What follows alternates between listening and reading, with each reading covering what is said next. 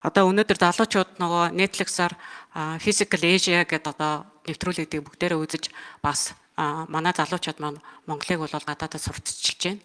Гэтэл одоо Солонгосоос жишээлбэл хүмүүс ирья гэхэд нислэгийн тоо хөрөлцөөтэй байна уу?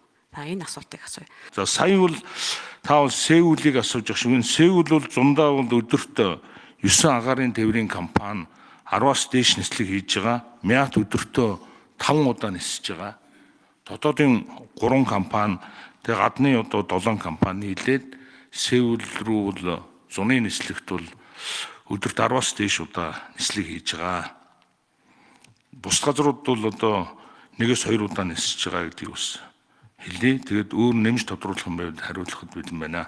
Бид бол аль болохоор л одоо аялал жуулчдыг одоо нэмэгдүүлэх дээр онцгой анхаарч ажиллаж байгаа. За энэ аялал жуулчдыг бас дэмжих зорилгоор энэ гол одоо аялал жуулчлал хийдэг дотоодын нислэгүүдээ бас бид алдагдaltaй ч гэсэн явуулж байгаа.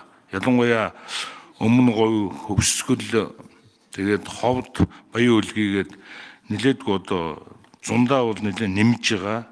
Орон нутагт өдөрт бас 2 нислэг үлдэж байгаа.